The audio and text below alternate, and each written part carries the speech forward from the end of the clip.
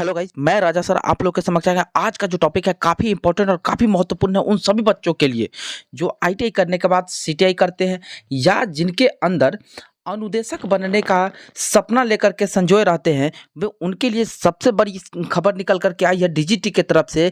DGT ने एक panel जारी किया है, अपना एक क्राइटेरिया जारी किया है कि किस तरह से कोई भी राज्य सरकार अपना अनुदेशक बहाली करवा सकता है। जी हाँ, आज हम उसी चर्चा पे करेंगे कि यदि आप सीटीआई करते हैं तो बेकार है, यदि आप पॉलिटेक्निक करके या बीटेक करके यदि आप वेट एंड वॉच कर रहे हैं अनुदेशक बनने के लिए, तो आपको बता दें कि अब जितने भी राज्य हैं जो भी बहाली देगी अब इसी क्राइटेरिया के अनुरूप देगी। और जितने भी मतलब अन्य राज्यों में जैसे महाराष्ट्र में हो गए या हरियाणा में हो गए जो गेस्ट फैकल्टी काम कर रहे हैं, तो अब डीजीटी ने जो नॉर्म्स दिया है उसके अकॉर्डिंग यदि वो अभी काम कर रहे हैं तो वो बिल्कुल अब वो क्या है सीआईटीएस वाला जो है मतलब ट्रेनिंग अपडेट करवाएगी, क्योंकि डीजीटी ने एक फरमान जारी कर दिया है। आप देख लीजिए, उस लेटर को हम आप लोग के समक्ष रख रहे हैं। यदि अब वीडियो पसंद आए तो जरूर लाइक कीजिएगा, सब्सक्राइब कीजिएगा। यदि मेरे चैनल पर नए हैं तो इस वीडियो को लास्ट तक देखिएगा, पसंद आए तो सब्सक्राइब कीजिएगा। तो गाइज हम लेकर के चलते उस लेटर पे, डायरेक्ट हम उस लेटर पे लेकर के चलते हैं और बात करते हैं कि डीजीटी ने क्या फरमान जारी किया है और क्या क्राइटेरिया रहना चाहिए। तो चलिए, ये लीजिए आपके समक्ष आ गए हैं। ज़्यादा दिन का ये लेटर नहीं है, 20 अक्टूबर 2022 को रिलीज किया गया है। और आप देख लीजिए विषय में क्या दे रहा है। Guideline for engaging the guest faculty at NSTIs under DGT MSDE regarding. देखिए, मतलब कहता है कि जो गेस्ट अतिथि अनुदेशक जो काम कर रहे हैं, जैसे कुछ राज्यों में जो हो रही है, ठीक है ना, और यदि कोई राज्य यदि और अभी कोशिश कर रहे हैं मतलब इस अनुदेशक की बहाली करने के लिए अतिथि अनुदेशक के पद पर, तो उनके लिए ये क्राइटेरिया है। और हमको लगता है कि जहाँ जहाँ जिस जिस राज्य में चल रहा है वो इसी क्राइटेरिया को फुलफिल करके किया गया है। तो इन्होंने अपना प्रैक्टिस मतलब क्या कहते हैं कि ट्रेनिंग के लिए सीआईटीएस के लिए इन्होंने प्रपोजल दिया था, यहाँ तक कि पैसा भी एक्सेप्ट हो गया था। लेकिन अब क्या किया कि डीजीटी ने कुछ गलत स्टेप लिया, लेकिन अब डीजीटी ने भी अब एग्री हुआ है और डीजीटी ने भी क्या किया है कि अपना एक फरमान जारी किया है।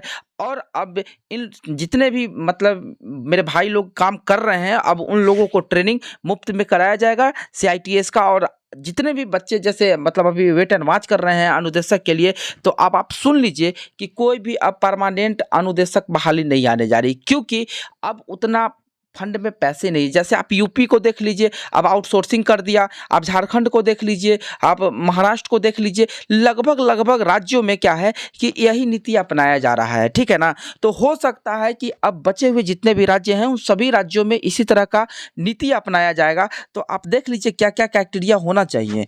देखिए, यहाँ कह रहा है कि यदि गेस्ट फैकल्टी में आप काम करना चाहते हैं तो आईटीआई है तो 3 साल का एक्सपीरियंस होना चाहिए। तो सीटीआई करने का क्या फ़ायदा है, कुछ नहीं है। लेकिन बहुत अच्छा है, यही रूल रेगुलेशन होना चाहिए कि जिसमें एबिलिटी हो वो सामने आए, ठीक है ना। और 2 नंबर पे देख लीजिए क्या जो मतलब आईटीआई कर रहे हैं आप, साथ में मतलब 3 साल का एक्सपीरियंस है तो आप कर सकते हैं। डिप्लोमा किए हैं 2 साल का एक्सपीरियंस है तो कर सकते हैं।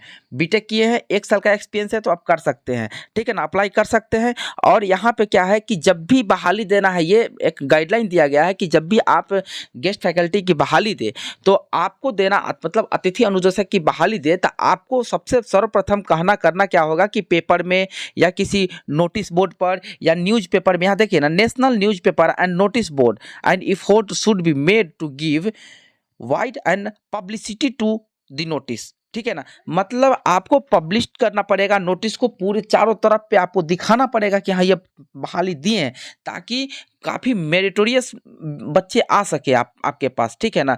फिर कहता है the process of hiring the above the guest faculty to be done by respective principal and head of officer and under the guidance of RDs of the absorbing the following the terms and condition. कहता है कि आप यदि guest faculty के लिए आप hiring करवा रहे हैं तो आपको जितने भी टर्म और कंडीशन नीचे दिया गया है उसके एक अनुरूप काम करना है।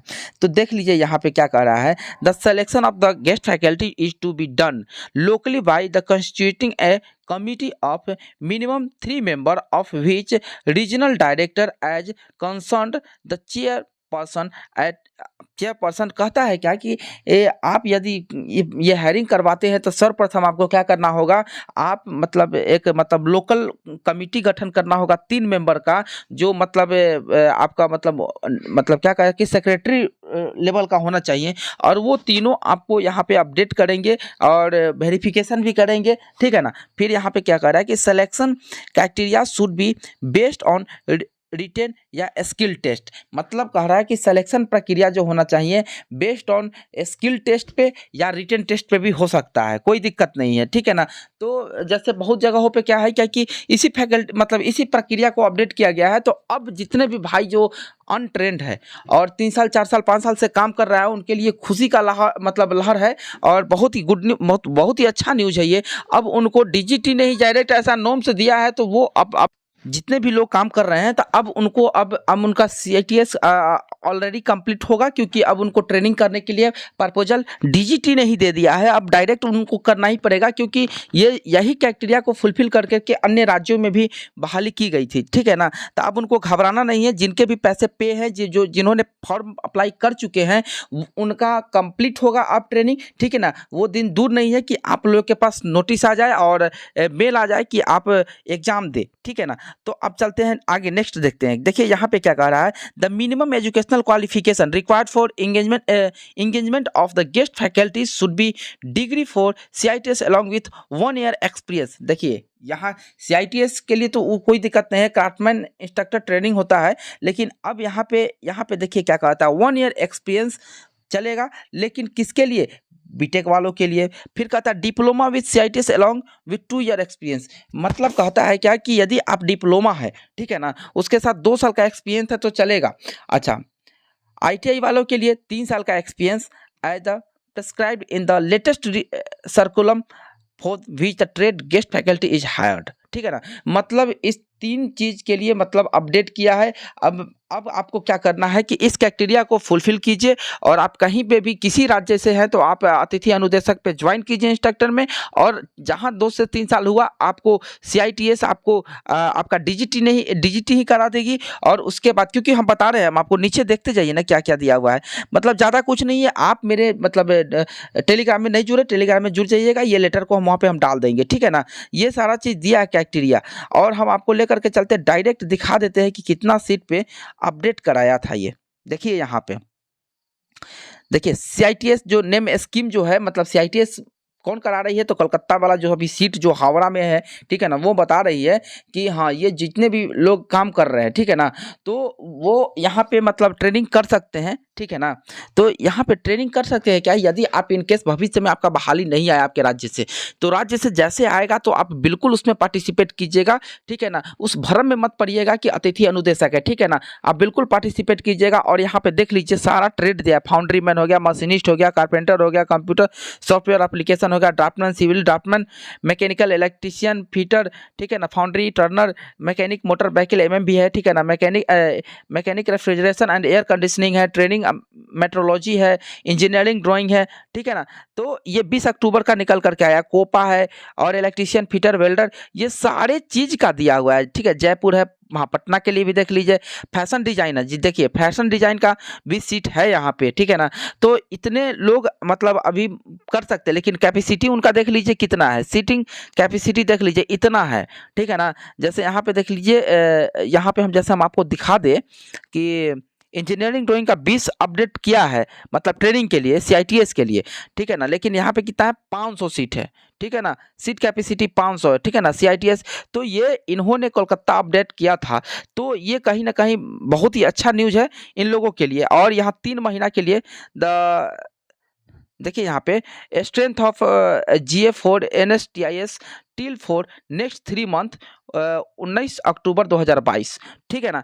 तो हो सकता है ये बहुत ही अच्छा न्यूज़ है आप लोगों के लिए, और आप लोग वेट एंड वॉच कर रहे हैं तो आप लोग देख लीजिए। देखिए यहाँ पे भी देखिए, नीचे भी दिया है, बहुत ज़्यादा पेज है, तो आप देख सकते हैं इसको आप, ठीक है ना। और पूरा एक्टिविटी दिया हुआ है कि किस तरह से करना है, ठीक है। तो आप यदि सच में मतलब वेट एंड वॉच कर रहे हैं तो बिल्कुल अप्लाई कीजिएगा, और जैसे आए आपके राज्य में तो अप्लाई कीजिएगा। यदि वीडियो अच्छा लगे तो जरूर लाइक एंड शेयर कीजिएगा। Okay, bye bye.